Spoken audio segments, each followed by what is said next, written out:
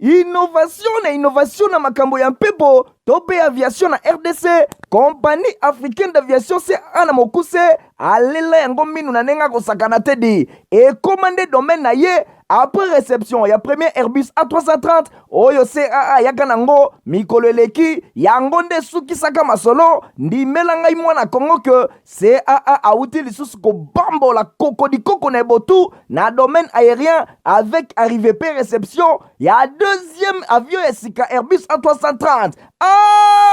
Airbus A330 deuxième frappe yango yo ya mokwake na mapate RDC ya boebondi melangai ke mon côté na terrain po ezala nanu te ekomi lelo ntimba na nzuzi veut dire mapasa Airbus A330 ba avion ya mokwake ya liboso eyaka yango yo bozwa lux eza nango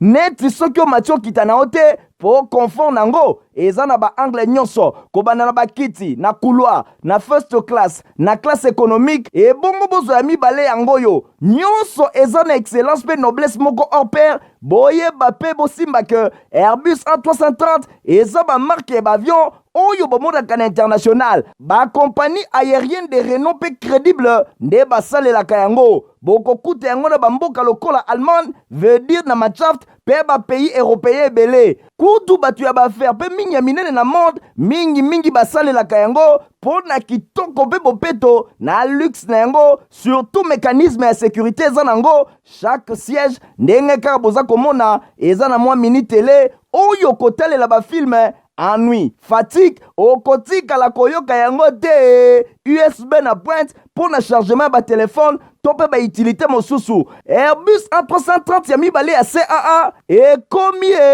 eza na deux classes first class pour na bino ba grand monsieur na ba grande dame pe ba personnalité misusu ebele avec 36 sièges classe économique pe ezali po na bino bosalaka baaffaire pe bato nyonso ba amoureux ba voyage avec 267 sièges mokoka sala voyage na ba meilleures conditions ndenge nanu ezala te avec Airbus A330 ya mibale ya CAA avion ya sika oyo euti kokoma ekwei deja na mabele timba na nzuzi lelo mibale moko te na Congo bana Congo pe bapaya basepeli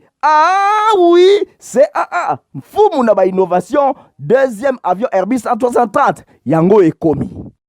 Bote na bino tebete bozamingo bozaka folinga la journal ya peuple pour na peuple nango to la rétro na biso na mokole ya lundi to talisa ki bino ndenge oyo don riche kamba le cadre NDK anima ki CAF panafricaine pe le même lundi bomona ki ndenge oyo Joseph Kinkela asola ki na base na ye pe le même lundi bomona ki ndenge oyo monsieur Christian Chilenge anima ki conférence et débat na Kindele.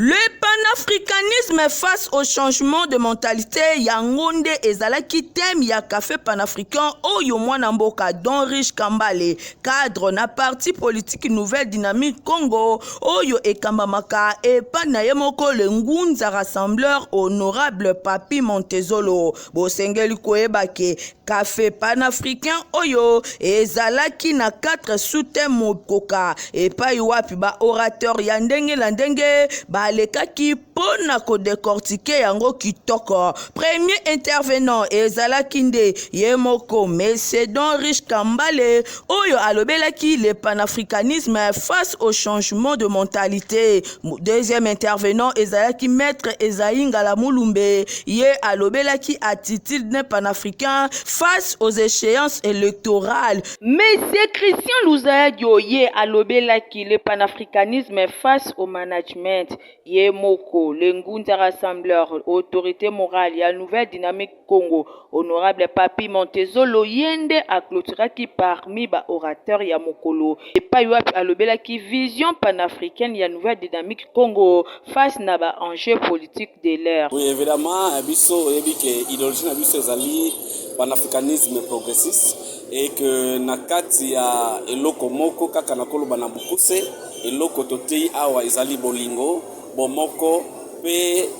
kosala makasi poto kwa kosala kozala préparer soki lobby tozui makoki ya kozwa ba responsabilité na kati ya l'état congolais tozala ya kokoka pona kokamba mboka. Monsieur Don Riche yepe nanga munaye abakisa kiboye. Organiser café panafricain oyo na bitu moko pour conscientiser population na biso. Biso tozo espérer obtenir confiance ya habitant Kasavubu pour na makonomi oyo jour bongisa mozaboya. Po simbake na suka na nyonso na même occasion secrétaire général adjoint ya ND Kambuta Zoland Simba asalaki présentation ya ba candidat députés nationaux pe provinciaux na bango pe bosengeli koyeba ke baje ya question réponse ezalaki.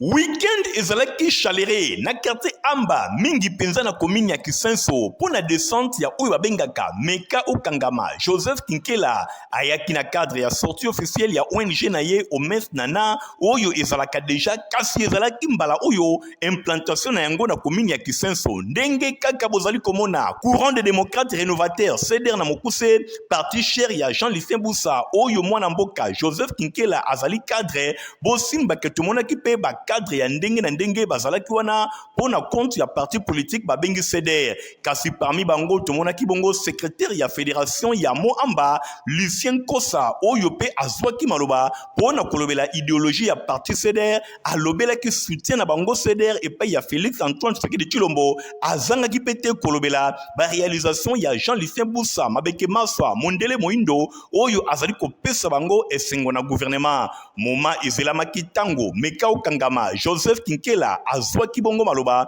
pona kolobela objectif ya ONG na ye Omes Nana oyo ezali ko prôner bien-être ya population message na ye ezalaki bien accueilli et pa ya bana commune ya Kisenso oyo bazangaki te koloba ke ba ko soutenir ONG oyo Omes Nana bosimba ke orchestre ya ndenge na ndenge ya commune ya Kisenso bangonde ba agrémentaki weekend oyo pona kolier utile à l'agréable ndenge kaka bozali komona na suka ya milulu yemoko Joseph Kinkela Meka Okangama apesaki ba précision objectif na biso pona ONG na biso tolingi tozalanda bandeko ya Kisensu po tomeka ko palier pona komeka kotala o tokoki kosala ensemble na cadre ya ONG oyo bamninga musu basali o bakokite o basukisi pete biso tokoki pe ko aider po tomeka ko faire sortir commune ya Kisensu na mwa makambo ya mike oyo ezotungisa bango donc tokomeka kosala mo effort ensemble na bango po bameka kolakisa biso tokoki kobandela wapi tokokende wapi pe tokokosuka wapi donc souci na biso dans un premier temps yango wana tolingi tozala na bandeko ya Kisenso tozala ensemble de manière que tomeka kotala ba biloko etungisaka mwa mingi bosimba ke cadre monene na CDR Joseph Kinkela Meka Okangama azali pe candidat à l'élection provinciale mingi penza na commune ya Kisenso yende alobi mbala oyo kilo ya Kisenso na mapeka na ye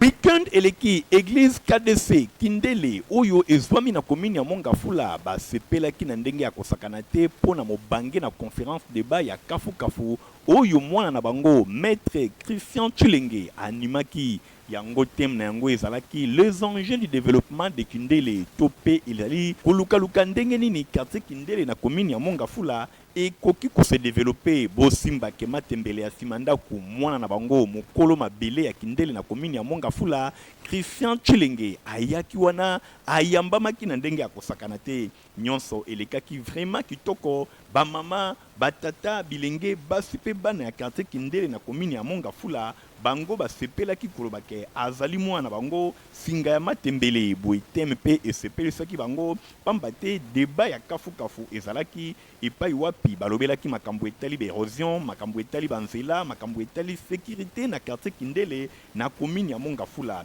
nyonso elekaki vraiment kitoko maître Christian Tshilenge alakisaki bango vision na ye pona oyo etali développement ya quartier Kindele ya commune ya Mongafula mingi penza na circonscription électorale ya Lupunga ayambamaki vraiment kitoko pamba te azali moko ya cadre ya Alliance des Congolais acquis au changement parti cher ya mama oyo atondi mayele Angèle Tabu Makusi na suka ya milulu yemoko maître Christian Tshilenge apesaki ba précision na micro ya Info Lingala yango tu wana ba tour ba décider que bango pe fo ba bimisa mutu pour que ye abandolobela makambu oyo etali bango directement bana kindele. Donc ngai nazali ndenge bango moko babengaka ngai matembele ya simandako. Donc en tout cas naza mouta te naza donc oyo base na ngai ndenge mokonzi ya mboka alobaka fo zala na base ya ngai eza na kindele. Bosimba ke bana nyonso ya quartier kindele na commune ya Mongafula basepeli na weekend oyo masolo babeti elongo na moko na bango singa matembele mwana solo ya kindele pe ya Mongafula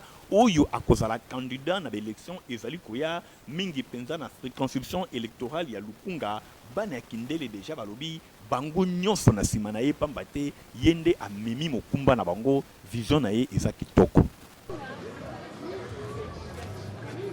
Mokolo ya mardi bomonaki ndenge nini chef de l'état afongolaki table ronde ya état de siège na province ya Ituri pe ya Nord Kivu kaka le même mardi bomonaki ndenge oyo honorable Florent Lebe a inauguraki pont na quartier ya Kimbangude.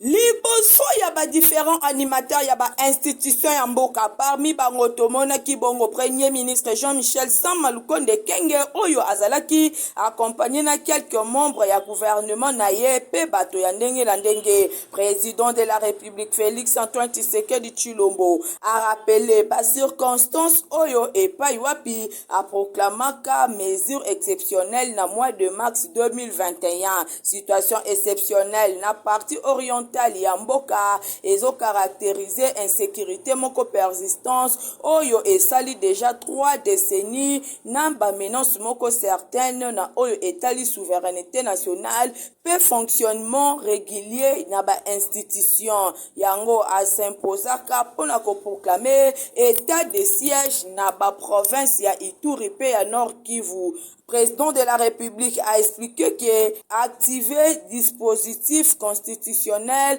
na engagement pe détermination pour na ba menace grave pe ko sécuriser population pe ba bien na bango nyonso wana na bitse moko ya kotia kimia e umela libela na ba parti oyo ya mboka.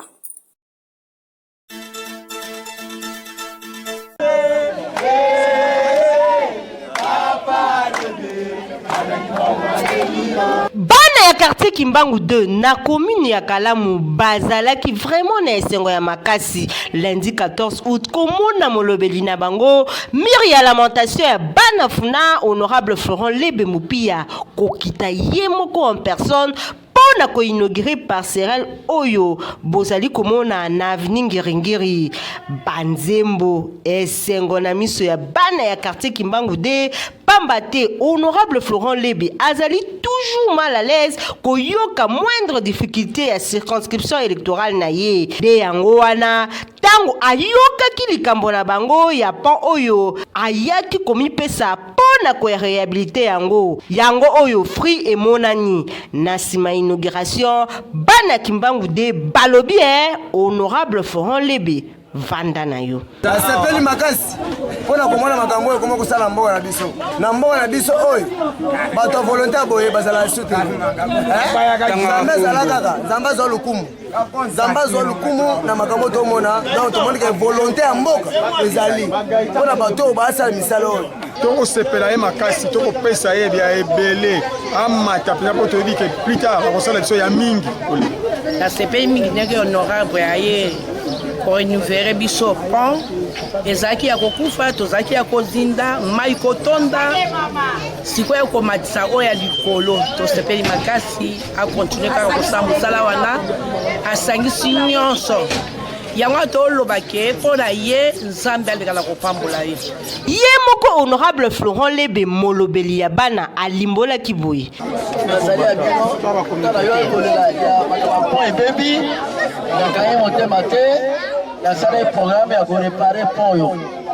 ata ezali po ya moke mais pilpi ya moke mpe esoaka yango nasali bino na renouvele pont oyo na retape yango po epermettre bino banso na kotambola malamu kosala circulation malamu bana baya kotanga classe awa na ekole oyo bana funa balobi espoir na bango toujours na moto moko eza kaka honorable Florent Lebemopia. Mercredi, totalisaki bino clôture, il y avait 9e édition, il y a campagne d'évangélisation dans la communauté famille chrétienne, un peu le même. Mercredi, bon, on a qui au compagnie africaine d'aviation CA a-t-il ba client le RBCA 320 pour nous voyager dans conditions Kitoko. Communauté famille chrétienne et en mon nom personnel, je déclare close la campagne d'évangélisation de la communauté famille chrétienne 29e édition et je vous remercie.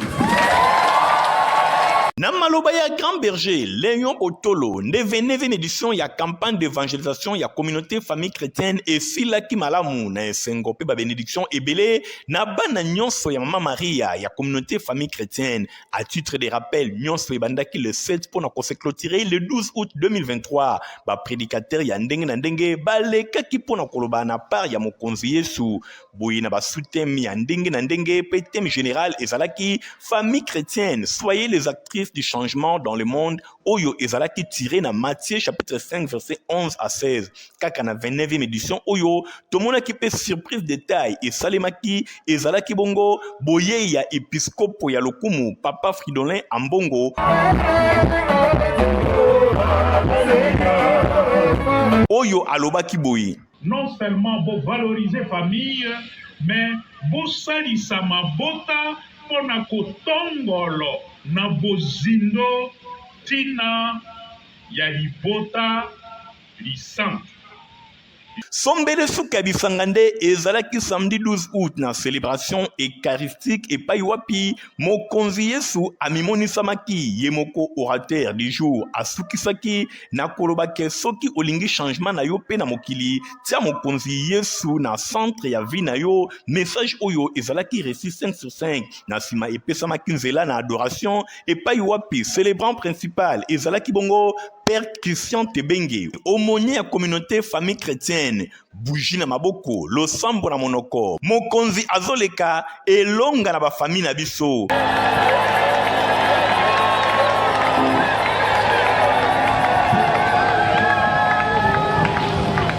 Bosimba Kena 2024, rendez-vous et Zomi Bongo, na stade de martyr, pour na célébrer 40 ans ya communauté famille chrétienne, p 30e édition ya campagne d'évangélisation. Famille chrétienne, Kangama na Yesu ti na suka.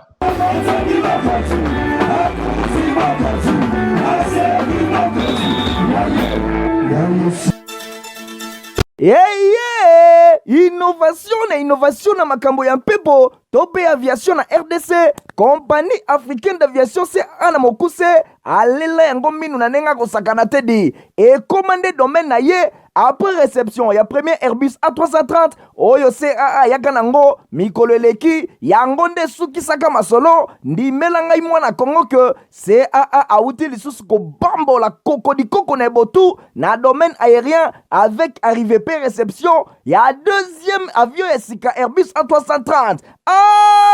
Airbus A330 deuxième frappe yango yo ya mokwake na mapate RDC ya boebondi melangai ke mon côté na terrain po ezalana nute et comme les lontimba na nzuzi veut dire mapasa Airbus A330 ba avion ya mokwake ya liboso yaka yango yo bozwa lix eza nango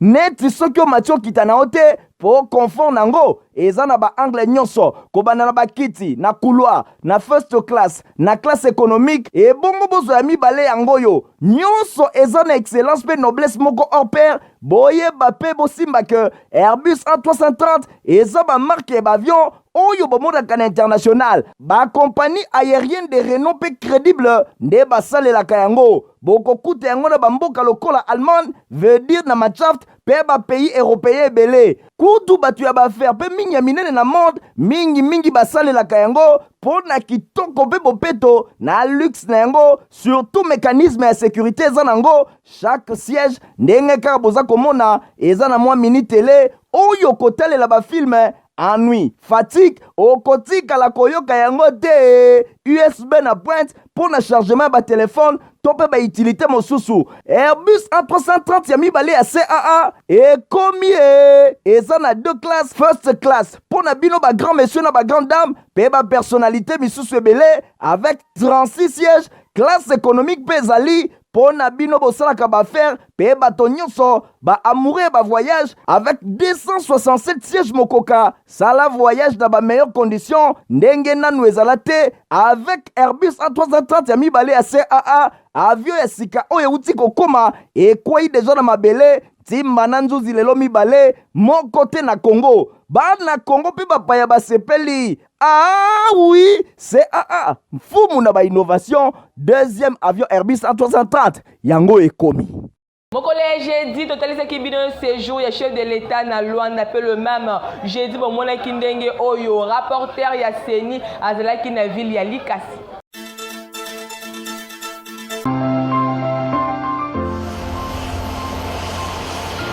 Après une année na tête ya Sadek Bosimba ke chef de l'État Félix Antoine Tshisekedi Tshilombo a passaki bâton ya commandement et pa ya moninga na ye angolais Joao Lourenço ezalaki jeudi na ville ya Luanda capitale ya Angola. Passation Oyo ezalaki na cadre ya 43e sommet ya organisation régionale Oyo. Bosimba ke asalaki bilan ya mandat na ye chef de l'État Félix Antoine Tshisekedi Tshilombo asaliwaki solidarité ya ba état membre ya SADC Oyo ba participaki na ba décision moko courageuse pour na ko déployer mission na République démocratique du Congo pour na ko soutenir ba effort et ko lutter na ndenge nini ko neutraliser ba activité ya ba groupe terroriste ya ba M23 Oyo bango bazali kosala terreur na est ya République démocratique du Congo na ndenge bazali soutenir epai ya Rwanda pe bazali kosala ba violation ya makambo ebele pona oyo etali droit de l'homme, droit international humanitaire natina wana guerre injuste oyo ba imposé na République démocratique du Congo ezali komema ba milliers ba compatriotes ya RDC baye bana ko vivre na ba condition moko ya mabe ndenge chef de l'État Félix Antoine Tshisekedi Tshilombo alobaki na discours na ye oyo apesaki avant basa la remise et reprise elongo na président entrant Joao Lourenço ya Angola. Mokole vendredi totalisa ki bino ndenge o Jean-Claude Dumbi pe asola ki na base na ye na commune ya Ngaliema.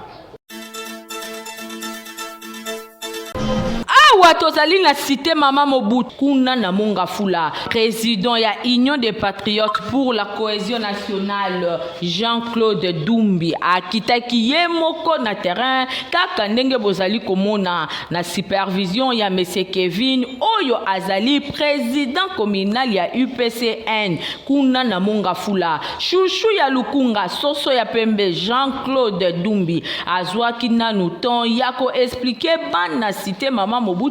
vision ya IPCN oyo ezali ya développement kolinga pe ko soutenir bana ya mboka bazala autonome mingi ba oyo bazali na batalon IPCN bazali wana pona ko appuyer ba projet na bango awa ayaki pona ko concrétiser vision yango elongo na ba mama oyo batekaka deja mapa basala kabaji pe ba yaourt nzela ya UPCN bakoma autonome Jean-Claude Dumbi azali vraiment soso ya mboka ya solo boyo kanenge a expliquer. Ngai kombo na ngai eza soso pembe.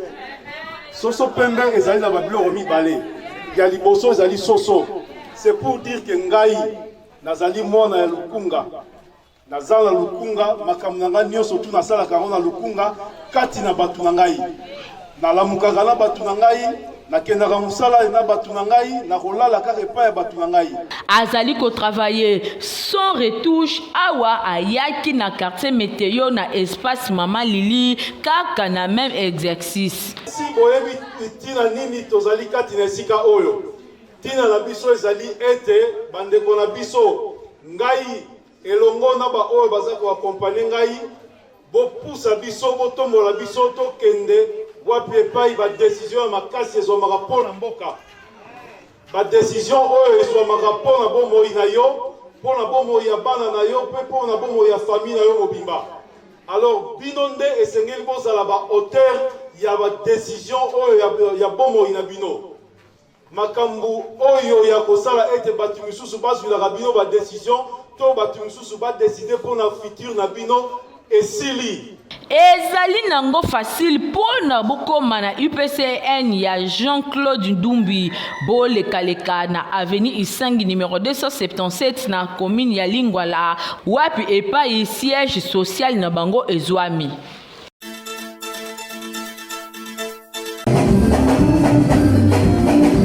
Bana na Nzambe bozali boyokelanga eloko oyo ministère les autonome baza kolengela journée moko unique mokolo ya dimanche 20 août 2023 de 8h à 11h botunanga soki ezali nini ye ezali nde célébrant 2 ans elakisi ke bazali kosepela to kofete deuxième année ya existence ya temple na bango nde pona kotombola kolo kitoko babongisi mokolo oyo pona bana na Nzambe nyonso epai wapi basali na Nzambe ya nguya bakosangana pona kodecortike thème kitoko oyo babengi yango bongo la délivrance kuna oti ya milulu ezali obele ye moko mama ya bana mama ya mabota ebele évangéliste Madonga Lula bana na Nzambe bokamwe teo boyoka lisusu eloko oyo ministère les étonnants ezwami bongo na avenue Mwanda numéro 15 bis référence arrêt école Pongabi na commune ya Kalamu oza mobimba ndeko papa ndeko mama elenge mwasi elenge mobali bobengami bino nyonso na molulu kitoko oyo po la ministère les étonnants awa batombolaka kaka kombo na Yesu Kristu boyebi kombo wana misala esalaka esikolaka esekwisaka ekangolaka etombolaka na yango yo motoza na ba problème kilikili yaka kozwa délivrance na yo na kimia pe na lopete nyonso zwa biki koma adresse oyo malamu avenue Mwanda numéro 15 bis référence école Pongabi na commune ya Kalamu okozwa ministère les étonnants mobimba. Bolera mingi folinga la journal ya peuple pour na peuple kombo na suwa kasto kabana bongo te surtout votre pesa merci mingi na lembu wala azaki bona sima caméra concours rédactionnel Rit Kindu pe Nadine Asona pe Julien ezaki si personne yemoko rythme pinde misu connaissance c'est vraiment ce que bande autokoute na mikolo ezali koya au revoir. Innovation na makambo ya mpepo tope aviation na RDC compagnie africaine d'aviation c'est ana mokuse alela yango minu na nenga kosakana tedi et commandé domaine na ye après réception ya premier Airbus A330 oyo CAA yaka nango mikolo eleki yango nde sukisaka masolo ndimela ngai mwana Kongo ke CAA auti lisusu kobambola koko na botu na domaine aérien avec arrivée pe réception ya deuxième avion esika Airbus A330 Airbus A330 deuxième frappe yango yo ya mokwake na mapate RDC ya boebondi melangai ke mon côté na terrain po ezala nanu te ekomi lelo ntimba na nzuzi veut dire mapasa Airbus A330 ba avion ya mokwake ya liboso eyaka yango yo bozwa lix eza nango neti soki omatio kita na ote po confort nango eza na ba angle nyonso kobanda na bakiti na couloir na first class na classe économique et bongo bozo ya mibale yango yo nyonso eza na excellence pe noblesse moko hors pair boyeba pe bosimba ke Airbus A330 eza ba marque ba avion oyo bomodaka na international ba compagnie aérienne de renom pe crédible nde basalelaka yango bokokuta yango na bamboka lokola Allemagne veut dire na Machaft pe ba pays européen ebele kutu batu ya bafaire pe mingi ya minene na monde mingi basalelaka yango pona kitoko pe bopeto na luxe na yango surtout mécanisme ya sécurité eza nango chaque siège ndenge kaka boza komona eza na mwa mini télé oyo kotalela bafilme ennui fatigue okotika la koyoka yango te USB na pointe pour na chargement ba téléphone to mpe bautilité mosusu. Airbus A330 ya mibale ya CAA ekomi